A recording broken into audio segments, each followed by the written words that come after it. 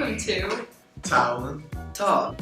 Today we are going to start with some follow-ups from our last video. We asked some questions. The first thing is the agendas. We did ask Miss Spencer some questions at the last lecture hall meeting, and frankly, we just wanted to get some of the answers that we were having a tough time, figuring out. So the agendas we originally thought were completely cut out for purposes of the budget of Academic Magnet. Whether that is true or not, I still don't know. But apparently there was a survey last year. I think it's made up. I don't remember taking it. Where they, in this survey, Miss Spencer sent out to the juniors and seniors asking if we used the agenda, and apparently it did not get a great response, so that is probably why. Also, I think it's very unfair that the 9th and 10th graders get agendas and we do not, when we have the bulk of the work. That's true. That's true. It's a hot take right there. Yeah. Also, we have a follow-up about the Officer Snipes situation. Yes. So he did not actually go to Pinckney Elementary. I misspoke. He went to North Charleston Creative Arts Elementary, which is across the street from Magnet. But he came and visited and said hi to us, but he's still not going to be here permanently. He just came in to say hi. And lastly, the computer situation. Oh yeah, I think that originally we thought that they were just going to take all of these dinosaur-looking computers, the old ones with the the big desktop screens and whatever that other thing is, the box that's like next to it.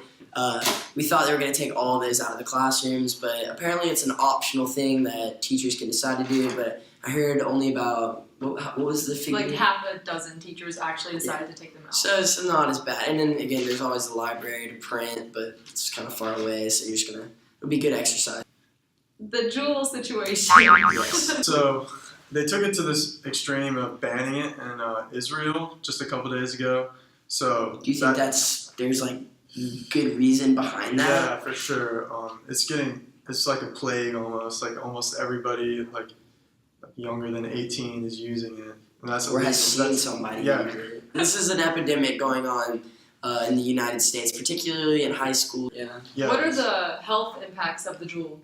Well, that's the crazy thing is I feel like the company is marketing it as a cheap or safer alternative to cigarettes, but there's 20 cigarettes worth of nicotine in one single pod. So if you have kids that are going through like a pod or a day every couple of days, or it's essentially the same thing as smoking a pack of cigarettes in that time. So, and that's another scary thing to think about is there's no long-term studies on this thing yet that says it's safer than cigarettes and it's an alternative for adult smokers to quit, which, cigarettes are terrible for you. So people see this other little USB-looking thing and it says it doesn't have real tobacco in it.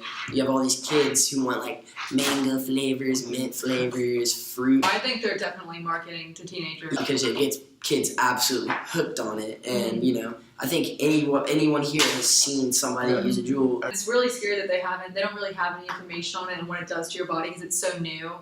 But it could be like cigarettes where like our parents, like they smoked all the time and then they found out like 20 years later how bad it actually was for you. So hopefully that does not happen. It could be worse than cigarettes. It could be even worse, So I think really it's just big tobacco company moving away from cigarettes that are on the decline and finding a new source of revenue. That's essentially the same thing. I think that the biggest thing is just they need to start regulating it more and making sure that minors don't have it because honestly I think that is the bulk of their consumers. Yeah, it's pretty bad. I mean, for a country to go ahead and ban this thing, in Israel, that says a lot, I think, and maybe other countries will follow suit, but we'll have to see. It's definitely too readily available for kids to, go out and get it, because it's in every gas station.